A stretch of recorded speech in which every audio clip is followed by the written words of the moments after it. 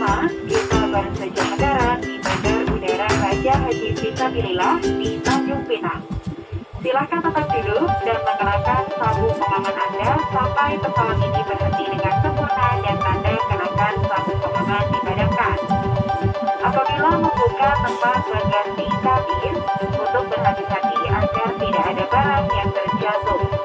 Dan sebelum meninggalkan pesawat, pastikan kembali seluruh barang-barang bawaan Anda tidak ada yang tertinggal. Perlu kami sampaikan sebagai salah satu bentuk penerapan protokol kesehatan, setelah pintu pesawat dibuka dan sarana garbarata abang tangga telah tersedia, maka kami akan mengatur alur penurunan tamu yang hendak turun dari pesawat.